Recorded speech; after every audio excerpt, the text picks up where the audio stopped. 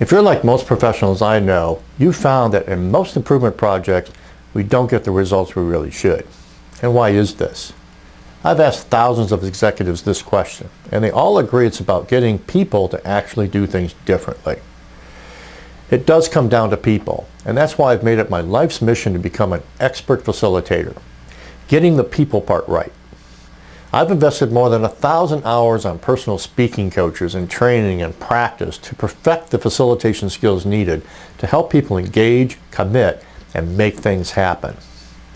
I'm committed to helping organizations be the best they can be because so much of our work is done online. I'm going to be teaching for the first time in a public forum my secret sauce to getting great results in a virtual environment. I encourage you to grab your seat and learn the tools you'll need to facilitate with mastery in a virtual forum. The seats are limited due to the practice time and one-on-one coaching that's included in my program. So don't wait. You'll want these skills to leverage now and in the years ahead.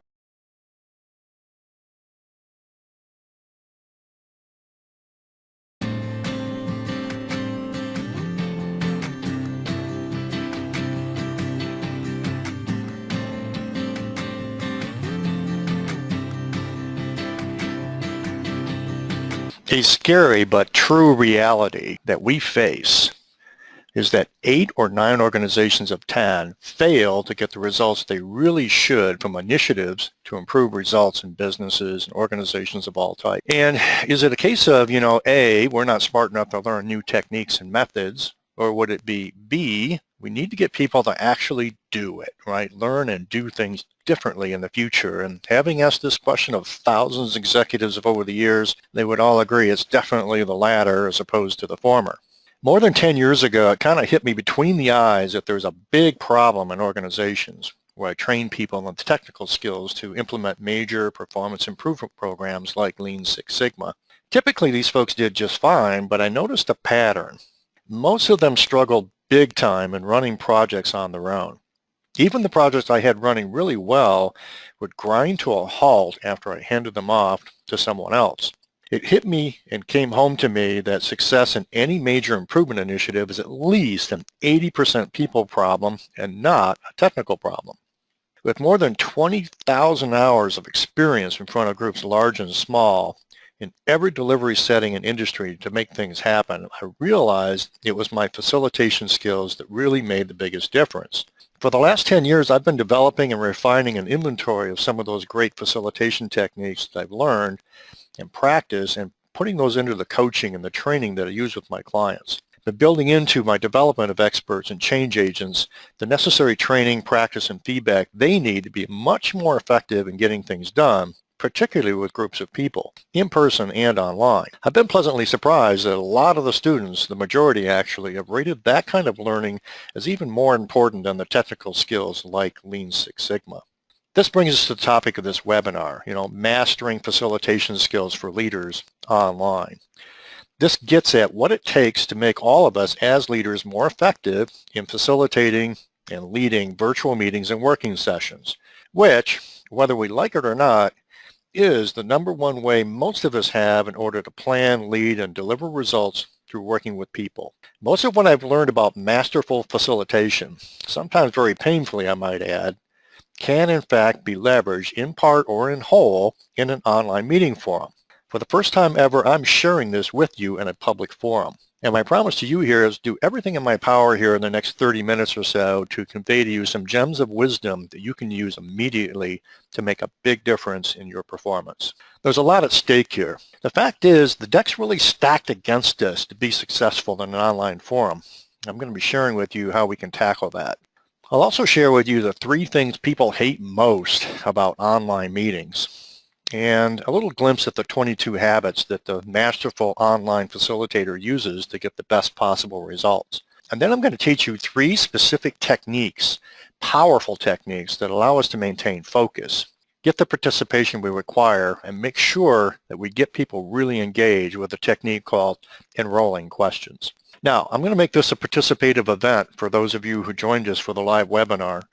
And I'm going to ask you to participate by using the question functionality. So you can raise your hand using the little hand icon, and I'll attempt to watch for that and unmute you if you've got a question as we go. But what I really want here is to have questions. So if you look at your panel, you're going to see a little thing that says handouts. If you click on that now, and then where it says enter a question for staff, enter a question, I want you to type in the words got it. I want you to do that right now. We want to practice this because we're going to ask several questions as we go through this webinar, and I want you to be quick about responding so that we can move quickly. So right now, please open up that little question thing and type in got it. Now, I just want to see that from enough of you to know that this is working. Okay, they're coming through.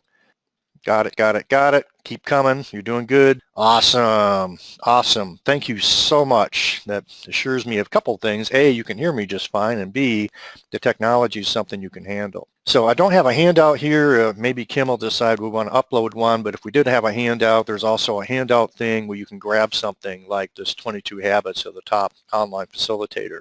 And we will definitely do that if we have time here as going through the webinar. So let's move on now. Got a couple of questions. What's at stake? Well, I saw some interesting research, and basically it's suggested that 67% of executives say meetings are a complete what? Well, the W isn't for what. What could that word be? How about a complete waste of time? And interestingly enough, I had the opportunity to do some training, some kind of Lean Six Sigma Grue Belt training for a very large IT services organization that's part of a multi-billion-dollar retailer. And a whole gaggle of, programmers and project managers and people who implement projects and manage people in a room. And we went off to do some brainstorming around what it is that really makes us crazy. And what was interesting is they went away and brainstormed and quickly came to the conclusion that the biggest source of waste that they encountered every day was, and it starts with an M, what would that be? Surprise, surprise, it was meetings. And in their case, they're a globally dispersed organization, many different sites, people in different functional areas having to use online meetings and in-person meetings all the time, but they quickly kind of put their heads together and said if there's just one thing that absolutely wasted their time and made them crazy, it was meetings. And that's not an outlier. 6, 7 times out of 10, when we bring people together that work a lot in forums with people and having to work in a multidisciplinary fashion, economically, or not economically, but geographically dispersed, quickly talk about meetings being a big headache. All right, so what's at stake? Well, one of the things that I think is really important is to recognize that there's several fatal flaws. And there's a pretty cool article in Forbes a while back you can go look up. But let's just talk about what some of those flaws are, right? So right off the bat, the deck is stacked against us because it's really hard for people to remember anything by just hearing the words. And without the visual cues we get in an online meeting, our brains just aren't wired to pick up things nearly as well as we have when we're face-to-face. We can hear the nuances, see the body language, and the emphasis. Next one is our attention spans are getting shorter. And according to this article, believe it or not, our attention spans have gotten shorter and shorter and shorter, as little as 10 minutes on average for adults. That brings up a pretty good question here. How long are most of your online meetings? Well, I've found that they run at least a half hour, if not an hour or even longer. Next up, we've got lacking those social cues. So according to this research, if we don't have those visible social cues of an in-person meeting, kind of indicates what's going on. I'm talking about us as a facilitator. We can be in big trouble, right? We don't get the visual feedback from our audience when we're facilitating, whether they're puzzled, they're lost, they're interested in what we're saying, or maybe just bored out of their skull. See these poor people banging their heads on the table? We can't see that they're sitting there with their heads in their laps going, oh my goodness, what are we trying to do here? Then we have the problem with misunderstandings. And when we kind of have this one-way communication without those social cues, we can have lots of issues with people not understanding, right? We could be sitting there and not really understand whether they're wrapped in agreement, right? They're really paying attention. Oh my, I can't wait for the next word. Or maybe they're sitting there with their mouths hanging open like, what did they just say? Or maybe they're just plain tuned out, right? They're multitasking, they're doing something else. And then finally, they can be really hard to bond, right? So it's around in virtual meetings, we really don't have that face-to-face interaction where our senses aren't coming into play, hearing and kind of that whole visual and the body language and all these other things. And this makes it much harder to get strong commitment and to build trust. So what I'd like you guys to do right now, just for fun, is we're going to do a quick poll using that questioning problem. Which of these 5 things, all I'm looking for is the number, right? Just quickly think about which of these 5 things in your mind is probably the biggest fatal flaw of the online meeting. So I just want you to quickly open up the question thing and very quickly just type the number, just as fast as you can, bang, bang, bang, type the number, and I'm just going to read them back here. So we got 2, 3, 3, 3. Okay, we got a 4, a 3, a 3, a 1, a 3. The 3s are winning this horse race in a hurry. We've got a gaggle of 3s, some 2s, 1s, and 4s, but by far, number 3, lacking those visible social cues, is being kind of that biggest fatal flaw of the online meeting. So thank you so much for participating, and that was great feedback because I was kind of curious what you guys thought. All right, let's move on. So let's get at what are those 3 things that people hate the most about online meetings. Get a little drum roll going here.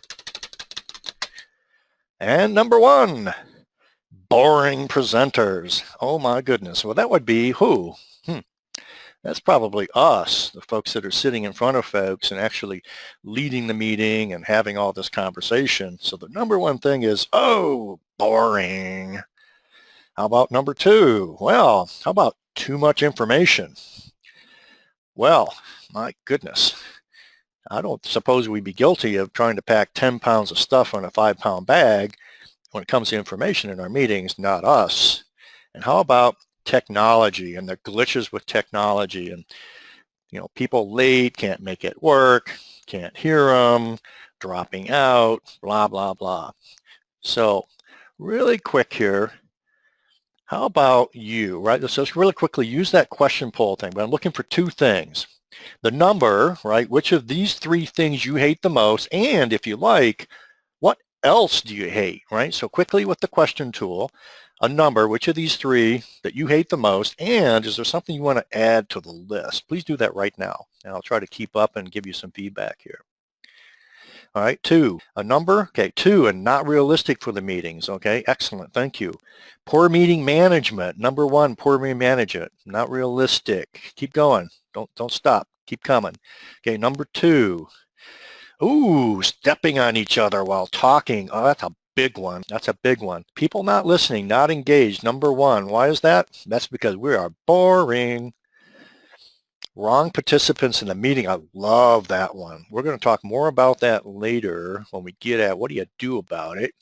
Number 1, it's too easy for the outside distractions, especially when somebody's being boring. Boring presentation. Deliverables not defined. Well, that's a good one. That's a very good one. Thank you. Not well timed. That's important. We're going to talk about timing and how we use that to manage energy in our online meetings. Poor communication skills of the presenter. Oh my goodness, that would be right in there with the boring part. Not having a clear agenda, not the right people in the meeting. I love it. No clear agenda. Able to multitask without getting caught. Oh, I love it. I'm going to give you a couple of techniques today that you can use to make sure that problem, maybe you can't eliminate it, but it's going to become very dangerous in your future meetings to try to get away with multitasking. Lacking the agenda. Too little interaction with the audience. Excellent, excellent. We're going to tackle that. Diminished interaction. And that's because of that lack of social feedback. Very important, very important. Thank you so much for those little tidbits and insights here as to what you're thinking. All right, so let's move on now. I'm going to give you some tips, right? Like how to stop being that boring presenter. And one of the techniques I'll talk a little bit more about later is what's called this change of state methodology. And this is a practical matter, if it's true, our attention span is at most 10 minutes, might be a lot less depending on who we are. We've got to do something on some kind of interval to reboot the energy in our room. Maybe a little activity or some kind of closeout and transition to this new topic. Maybe a question to make people think and then check in and have them answer the question, much like we just did here in our little practice session. The next one is we need to answer the venerable, then the honorable, what's in it for me, or the famous WIFM question. And one of the things you've got to be careful about is never assume people in your meeting actually see this as particularly having value. Who's in the room? And why are they there? And if you don't happen to know why they're there, I would suggest very strongly that you just flat out ask, hey, hey, Bill, I see you're here. Why are you here? And why is this meeting important to you? That could be really important. So I'm going to cover some more on that later. The next one that's critical is everybody needs to have a role. They got to have an expectation. Maybe they don't know when it's coming, by the way. It was part of the trick here. And I'm going to cover that in a lot more detail later.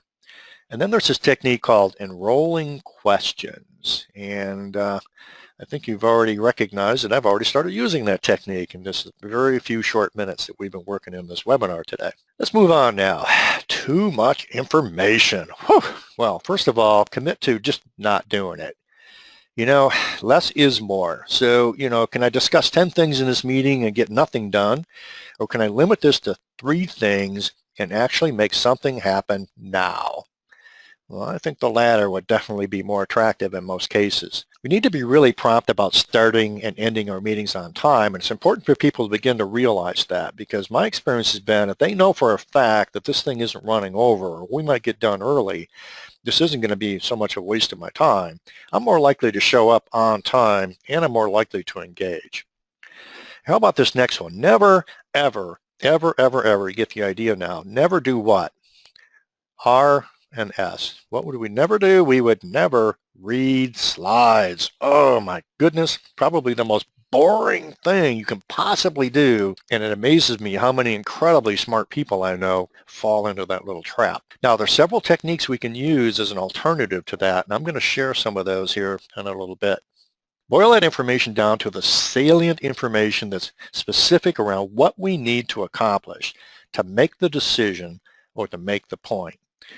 Meetings shouldn't be about just where are we and checkbox, check, check, check. Meetings should really be about getting something done. If it's just reporting status, you can do that with a project management tool or a summary memo or an email. You shouldn't be wasting time talking about status. You need to be focusing in on what are we doing to get back on track. So maybe it's just the yellow and the red items in our scorecard, not spend a whole lot of time on the green stuff.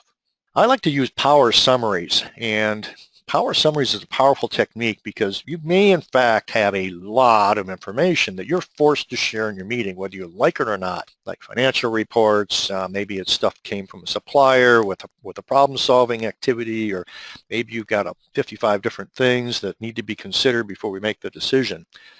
But here's what I like to do. I like to have somebody boil that down, and I give an assignment. So you know what? Before we have the meeting, I'm going to ask 3 different people to put together a power summary of this information, and be prepared to do that in less than 90 seconds. There's 3 important benefits to using that type of technique called the power summary. Even better when you have somebody else do the summary, is it reduces the boredom by far because you get to shut up and let somebody else have a hand. Definitely increases the engagement and your involvement, and it will definitely create a change of state, right? It'll change the energy of what's going on here. It'll reboot that 10-minute attention span problem and get everybody back on track. And then finally, we have the technology bugbear, and got a picture here of the bugbear on the side. Isn't he cute? Well, maybe not so much, but the big thing here is,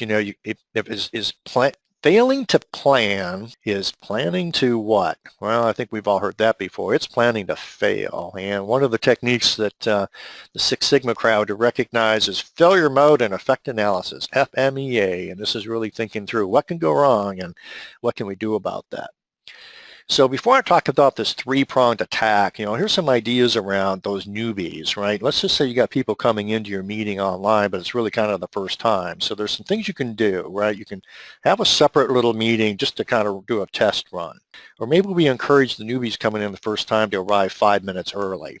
I mean, that puts pressure on you, the facilitator, to be there, but get them in there, right? And let's just say you can't do that. Maybe if you're having a meeting, a big meeting, and you got lots of people coming in that haven't really done this with the technology, maybe you'd like to build in a little extra time in the agenda for the very first meeting where we bring people together just to shake out some of those technology problems. Another thing that's so easy to do today with all the different tools available is to create a quick little YouTube video, or maybe something you can stick out on your internal network, right, with how to use that technology.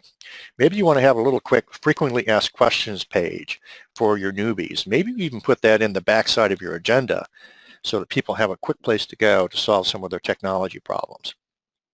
Let's talk about that three-pronged attach to killing the technology bugbear. Come up with at least 3 different mediums to hold your meeting and have all those connection details and backups noted in the agenda and ready to go. Just to be transparent, from my company, right, we use 4 different kinds of technologies to work with our global team and with our clients, depending on their technology and what they're able to do. These are specifically GoToMeeting, JoinMe, Skype, and the venerable phone landline, or just bridging people in on the call. For important meetings, I'll have 2 of these online screen sharing things running at the very start. That way, if I have an issue, like, for example, people can't download the GoToMeeting, viewer, and it's giving them headaches with their browser, blah, blah, blah, very quickly transition to JoinMe. Now, I like GoToMeeting because of certain features like video cam and some recording features and chat log and some other cool stuff. But jumping over to JoinMe and getting people re-engaged visually is well worth it if we're not making things happen. By having both of those tools open at the same time at the beginning of the meeting, I can toggle from one or the other in just a few seconds. Now, I'll tell you another little secret. I sometimes will have people in my meeting in GoToMeeting, for example, and other people through JoinMe at the same time. Now, I have to have a pretty good computer to do that, decent bandwidth, but you know what? It works. How about voice issues? If we're doing web conferencing, this can be greatly affected by internet connectivity and bandwidth, especially for people joining meetings from home, maybe from other countries. Having a little troubleshooting guide attached in your appendix is a really good idea. And if you can, I would highly recommend having somebody as your backup there, right? In other words, have somebody designated that could take troubleshooting offline with the participant, get on the phone with them and talk it through, help them get connected. Don't want to be doing that when you got a bunch of people sitting around twiddling their pencils, because they're going to what? They're going to check out, and they may even drop out. So maybe you can have somebody as your backup to handle that. Here's a critical one as well. Always, always, always provide your agenda electronically in soft copy in advance, usually by email, and ask them to have that open when the meeting starts. That way, if you're forced to drop back to using in that conference phone, we can at least refer to the agenda and be looking at the same agenda as we work through our meeting. Now, I've got a quiz question for you.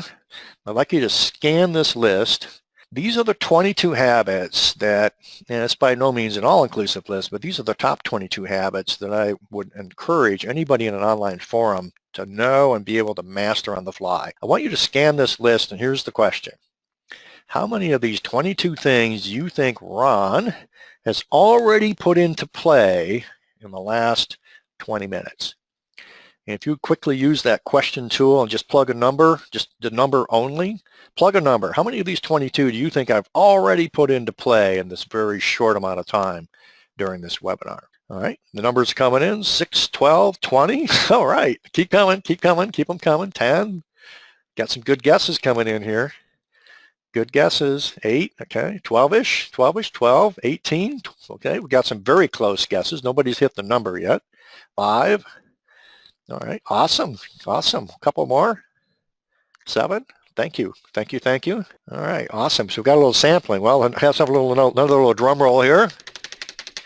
And I've actually put 16 of these into play. I grayed them out so you could quickly scan this. You may not know what these things are, and that's okay, right? And I've got suggestions for you to learn all the rest of this stuff in the future, but we can't do in the webinar. But rolling questions, the visibly recorded objectives, and the learn by doing technique. For example, we got to practice that little questioning tool using the GoToMeeting.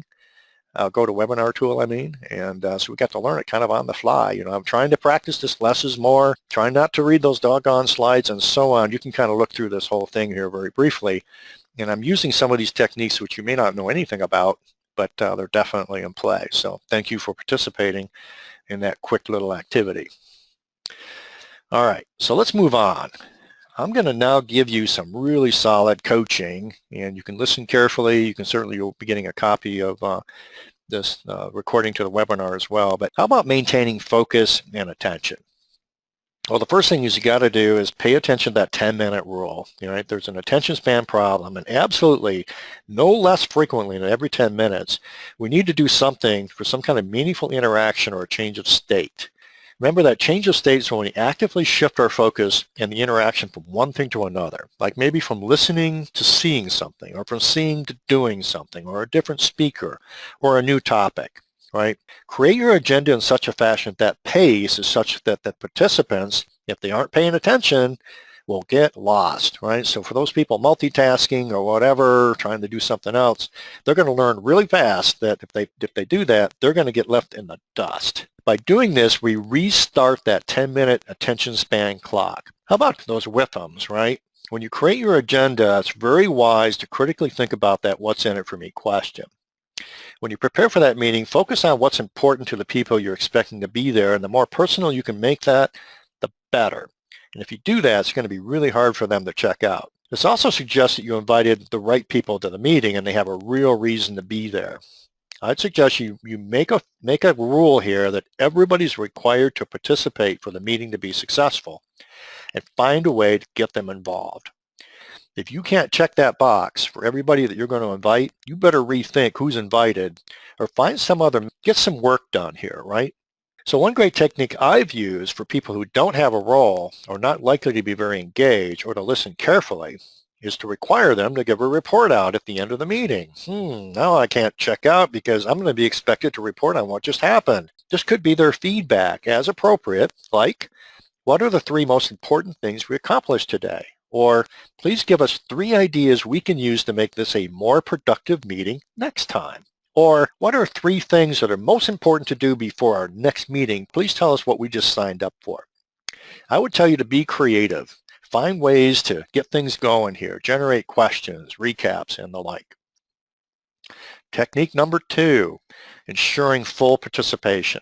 To help ensure that full participation, there's a number of techniques. I already shared several, right? But here's some additional ones. There's that whole enrolling questions technique that I already shared. I'm going to tell more about that in a couple of minutes. If you send out materials in advance, call on people at random to talk about certain parts of the pre-meeting materials. Right? So, hey, we're going to get into this. Bill, tell me more about the preparation that went into that. Well, Bill didn't expect that coming, and Bill's going to feel pretty bad if we go, Bill, hello, Bill, where are you? That could get interesting. People are going to figure that out, right? Get them to weigh in on things like, is it still current? Is that information still accurate? Is it still important and relevant to what we're trying to accomplish? What else, Bill, should we be considering as we get into this decision? How about designing your meeting for that pause every 10 minutes or so and getting people at random to comment about something? Or if you're using a web conferencing tool like we are here, ask them to use chat or that questioning functionality, submit answers to quick questions. Maybe you're posing something, you ask people to use that chat or the question tool to record their questions, thoughts, or information that they may want to contribute. And then when you get to the end of your phase, you can pause, very quickly go look at that and say, okay, here's all the things people brought up. What this does for us is it speeds things up later to get everybody to weigh in, and it gives you the license to engage in more discussion on the key points. Using these kinds of tools, we can take quick yes-no polls or answer short closed-end questions like ranking numbers and lots of other stuff. Here's a tip. The more random in time and who's called on, the better. No one wants to admit they're not paying attention and not being able to be part of the team and do what you've asked. And then we have technique number 3. How to use those enrolling questions. So, what's an enrolling question? Well, usually it's a question or questions that require a response of yes or no. It's a tremendous way to get people hooked into what you're doing and engaged at the very onset of the meeting. You might have noticed I used that technique. And it helps you establish control, right? Use pertinent questions that are close-ended and make sure there's a physical and a mental activity. They got to think about it, and then they need to do something about it physically. And that's what I like about using this online function. In an online forum, make them reply verbally if you can't use this texting thing or whatever. Maybe you have texting or raising hand tools like we have in GoToWebinar. Insist on 100% participation. Here's some of my favorites that you can modify as these kinds of questions, like how many agree that X is an issue we must address? Follow that with how many would say no. Here's the magic, gang. Look for 100%. So if there's 10 people there and only 3 people weigh in, you say, come on, you got to play along here. How many agree this is important? We need to address it. And how many would say no? Give me an answer. Don't back off on that. How about this one? How many of you are frustrated by this? And who's okay with that? Get them to weigh in. Or who here thinks we should not do something about this versus who thinks we should? Okay, so I think you'll find those tips pretty helpful. Now, I'm going to ask you to weigh in here. Here's the question. I'm just looking for a letter Y or a letter N, right? Who agrees that these methods have to integrate, be used together to get the full impact, okay? Just want a Y or an N. Whether you agree or disagree, they have to integrate. Okay, I'm looking here. I'm looking for a lot of Ys. So far, I'm getting a lot of Ys. You guys are not disappointing me. Good job. Yeah. Got all kinds of, okay, awesome. So you got the point. I didn't want to have to belabor that, but I wanted to check in to see if what I hoped for actually happened. So thank you for validating that we got the job done. All right, I'd like to now extend an invitation to you. We're going to be running a training program. We're going to do it online, surprise, surprise, around how do you become a really master facilitator online of meetings, getting stuff done in projects, doing problem solving, bringing people together and breaking through in really difficult situations where normally the only way you'd want to do that is face-to-face, but the reality is you're forced to do a lot of stuff. We're going to do a pre-workshop survey, capture some demographics, get some feedback from those who sign up with what it is they're trying to develop and what are some of the issues they want to tackle, what kind of skills they want to build. And we're going to incorporate that. And then I'm going to go into some depth around these 22 habits. And at the end of that 4 hours, you're going to be pretty dangerous at how these things work and how you can use them. How to properly prepare for any online activity. It really is 97% preparation and 3% execution to really nail it with online meetings. And then some tips on how to really run that online interaction and do that in a way that's masterful, like this whole non-confronting in a non-confrontational way, right, kind of thing, and some other critical skills to make sure you get real results. You'll see those in play. We're going to email you and send you a coupon code, which you can use to take a discount and get some additional coaching time rolled into the program. And then if you haven't already done it, you can always enroll in our MetaOps magazine. This is an online anthology publication, and lots of smart people come together to provide their best stuff. And if you haven't already signed up, when you do, you can download one of my free ebooks, The 5 Hidden Ways that Cost Your Organization $100,000 a year or more, and how you can quickly attack those.